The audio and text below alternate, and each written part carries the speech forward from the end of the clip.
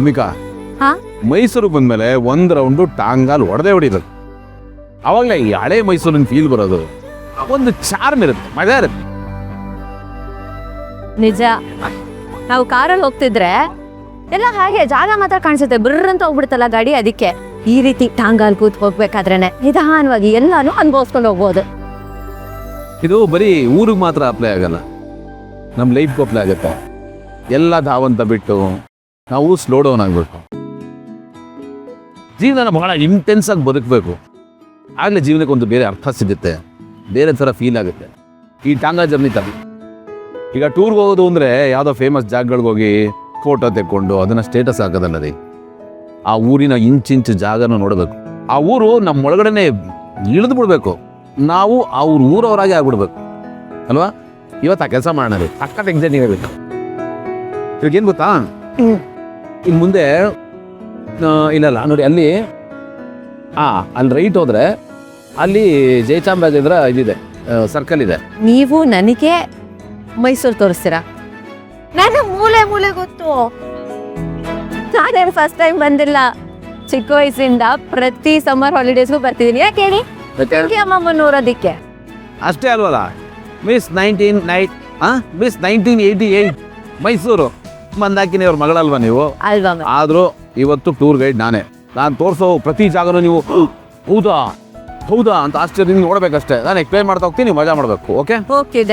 ನೀವು ಟೂರಿಸ್ಟ್, ಸಾರಿ ನಾನು ಟೂರಿಸ್ಟ್, ನೀವು ಗೈಡ್. ಗುಡ್. ಓಕೆ. ಇಲ್ಲಿದೆಯಲ್ಲ,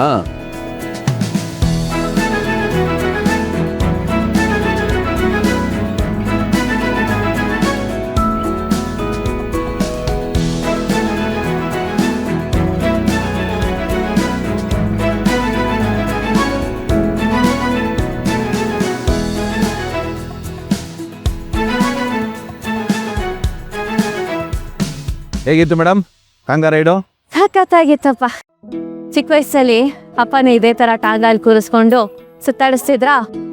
ಆಗ ಈ ಟಾಂಗಾ ಅಷ್ಟೊಂದೆಲ್ಲ ಸ್ಪೆಷಲ್ ಅಂತ ಅನ್ನಿಸಿಲ್ಲ. ಆದ್ರೆ ಇವತ್ತು ಮತ್ತೆ ಟಾಂಗಾ ರೈಡ್ ಮುಗಿದ ತಕ್ಷಣ ಅವೆಲ್ಲ ಹಳೇದೆಲ್ಲ ನೆನಪಾಗೋ ಶುರು ಆಗೋಯ್ತು. ಇವತ್ತು ಟಾಂಗಾ ತುಂಬಾ ಸ್ಪೆಷಲ್ ಅನ್ನಿಸ್ತಿದೆ. ನಿಜವಾಗ್ಲಪ್ಪ, ಟಾಂಗಾಗೆ ಒಂದು ಹೊಸ ಫ್ಲೇವರ್ ಬಂದಂಗಾಯ್ತು. ಟಾಂಗಾಗೆ ಫ್ಲೇವರಾ? ಆಗ ಅಪ್ಪ ಪಕ್ಕದಲ್ಲಿ ಕುತ್ಕೊಂಡು ರೋಡ್ ನೋಡ್ಕೊಂಡು ಹೋಗ್ತಾ ಇದ್ದೆ. ಅಪ್ಪ ಪ್ರತಿಯೊಂದು ಜಾಗ ತೋರಿಸ್ಬಿಟ್ಟು ಒಂದೊಂದು ಕತೆ ಹೇಳೋರು. ಪ್ರತಿ ಸಲ ಅದೇ ಕತೆ ಹೇಳೋರು. ಆ್ಯಂಡ್ ನಾನು ಪ್ರತಿ ಸಲ ಅದನ್ನ ಅಷ್ಟೇ ಇಂಟ್ರೆಸ್ಟಿಂಗ್ ಆಗಿ ಕೇಳಿಸ್ಕೊತಿದ್ದೆ. ಅವ್ರು ಇನ್ನಷ್ಟು ಹೇಳ್ತಾ ಹೋಗ್ಲಿ, ನಾನು ಕೇಳಿಸ್ಕೊಳ್ತಾ ಹೋಗ್ಬೇಕು ಅಂತ. ನೋಡಿ ಗೌತಮರೇ, ಈ ನೆನಪುಗಳು ಯಾವುದೂ ಮರ್ತು ಹೋಗಲ್ಲ. ಕಣ್ಣು ಮುಚ್ಚಿದ್ರೆ ಸಾಕು ಮತ್ತೆ ಆ ಜಾಗಕ್ಕೆ ಹೋಗ್ಬಿಡ್ತೀವಿ. ಒಳ್ಳೆ ನೆನಪುಗಳು ಯಾವಾಗಲೂ ಹಸಿರಾಗಿರ್ತಾರಲ್ಲ, ನಿಜಾರೇ. ಅದಾಗೆ ಅಲ್ವಾ, ಹೆಣ್ಮಕ್ಳಿಗೆ ಅಪ್ಪನ ಜೊತೆ ಕಳೆದಿರೋ ಕ್ಷಣಗಳಿದೆಯಲ್ಲ, ಅದಕ್ಕೆ ಯಾವಾಗಲೂ ಒಂದು ಸ್ಪೆಷಲ್ ಜಾಗ ಇರುತ್ತೆ. ಅಪ್ಪನೇ ಹೀರೋ, ಗಂಡದ್ರೆ ಏನಿದ್ರು ಸೆಕೆಂಡ್ ಹೀರೋ, ಫಸ್ಟ್ ಏನಿದ್ರು ಅಪ್ಪನಿಗೆ ಅಲ್ವಾ? ಆ ಥರ ಎಲ್ಲ ಏನೂ ಇಲ್ಲ. ಯಾವುದೇ ಹೆಣ್ಣಾಗ್ಲಿ ಅಪ್ಪದ ಜೊತೆ ಕಳೆದಿರೋ ನೆನಪುಗಳು ಎಷ್ಟು ವ್ಯಾಲ್ಯೂಬಲ್ಸು, ಗಂಡನ ಜೊತೆ ಕಳೆದಿರೋ ಮೂಮೆಂಟ್ಸು ಅಷ್ಟೇ ಸ್ಪೆಷಲ್ ಆಗಿರುತ್ತೆ. ಆಮೇಲೆ ಮಕ್ಕಳು ನೋಡಿ, ಜೀವನ ಮುಂದೆ ಹೋಗ್ತಾನೆ ಇರುತ್ತೆ, ಜಾಗ ಬದಲಾಗುತ್ತೆ, ಜನರು ಬದಲಾಗ್ತಾರೆ, ಆದರೆ ನೆನಪುಗಳು ಹಾಗೇ ಇರುತ್ತೆ. ಬಟ್ ನೀವು ಅದನ್ನ ಬಿಡಿ. Thank you so much.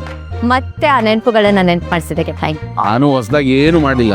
ಇಲ್ಲಿ ಮುಖದಲ್ಲಿದ್ದ ಹಳೆ ನಗುನ ಮತ್ತೆ ವಾಪಸ್ ಬರೋ ಪ್ರಯತ್ನ ಮಾಡ್ತಾ ಇದ್ದೀನಿ ಅಷ್ಟೇ. Thank you sir. ಬನ್ನಿ.